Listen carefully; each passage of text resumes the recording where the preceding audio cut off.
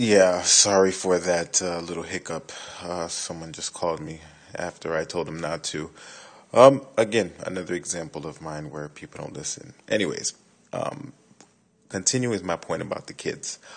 When you are observing someone with their kids and how they are around kids or children in general, impatient, selfish, they'll see your kids, like Cat Williams will say, grab a bag of Skittles and just start beating the crap out of them.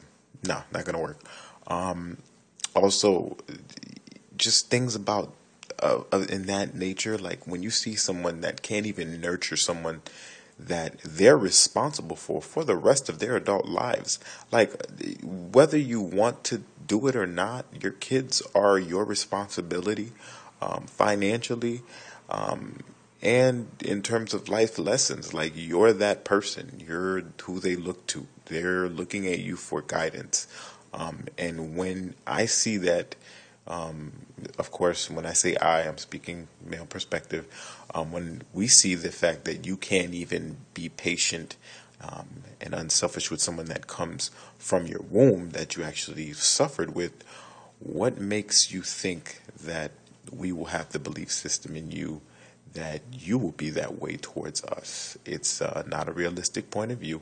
Any smart man will be able to figure that out in a few seconds and head for the fucking hills. Another point I'd like to point out, with the whole, again, with the consistency, that's one of the biggest things with friends that I have, male friends that I know that have straight, pretty much cheated until they're blue in the face and cheated some more. They That consistency is huge. That is, if I were to rate that on a scale, that would be number one. A man loves patterns. A lot of comedians make jokes about, oh, just do the four things that make me happy. I'm very simple. It's not a secret. This is not, the Illuminati book. It's not rocket science. This is not, chemistry. It's not calculus. It's very, very, very, very, very simple. Feed me, love me,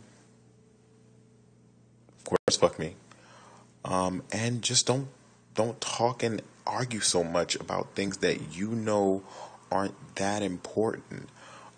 Now, as a side note that I will bring up in a future conversation, women do argue for a reason that most men really aren't aware of. But I'll let you know about that in a future post. But anyways, don't do it too much. Just do it enough to make your point across. And once he gets it, I mean, you can just go ahead and shut down the argue train, because that's only going to lead to annoyance and that's going to push him farther away. And of course, again, I'm going to continue to reiterate this point. A man is really, really as faithful as his options when he gets to a certain point of unhappiness. And any smart woman, which most women are, smarter than most men, which is actually biologically proven, that your minds do develop at a faster rate, and you guys are forced to grow up faster. Chronologically, your brains develop faster, they grow faster, they understand more. You guys use 5,000 words a day, whereas we use 500. I can go through a list of things on why women are smarter, but anyways, I don't want people to get offended. But that's what it is. That is why most women have so many other women friends, most times, even though they hate each other. But they need someone to bounce those ideas off of, because we're not going to sit there and talk to you all day.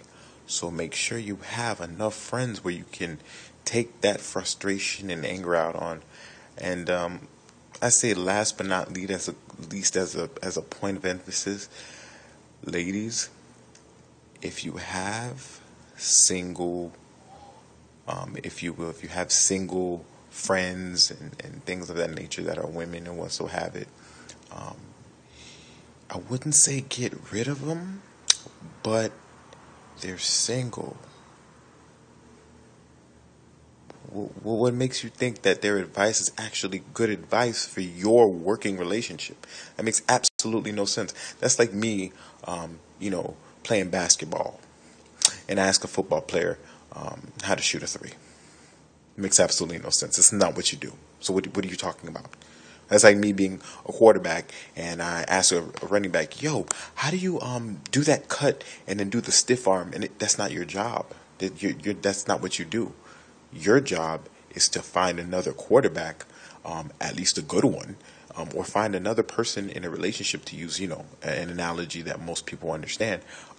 Find a woman that's successfully in a relationship and has either a husband or a long-standing relationship. Take advice from someone like that who's been through the rigors and who's been through problems and trials, tribulations, obstacles, steps, things like that. That can help you help yourself in your relationship. Don't take advice from someone who goes to the club every weekend and then will sit there and tell you, "Oh, your man ain't shit." You're 35 and you're single. Really? Really, niggas ain't shit? Okay. You're 35, probably have, some kids or whatsoever, and that's fine and all, but you can't keep blaming, the world for the problems and then poisoning the world at the same time. So I feel that, I've experienced that myself. So I just feel that that's uncalled for. And, ladies, if you can't prevent it, I'm not saying stop being friends with these people. What I'm saying is I want you to stop taking advice from these friends unless they're giving you some sort of valid information that's actually going to help you. Don't take relationship advice from someone who is not in your position. So that is just really my take on the male side of it. I've honestly, I'd say about 90% of my Facebook is female friends. So that female side is going to be really in depth in showing why females are the way they are, and the ways to, combat and try to make your relationship work and things of that nature. But the next one will be literally about why women themselves, cheat or, do them. The thing is, a lot more women do cheat than you realize because they're so good at it. Yeah, they're like GoldenEye. They're really good. They always have a cover story. Have friends that will cover. Friends of friends that will cover. And if that plan falls through, she has a backup. Trust and believe me. I know, personal experience. But yeah, this will just give my perspective on the male side of it, and things that cause a guy to go astray, if you will. So, leave your comments at the bottom, of course. And God bless.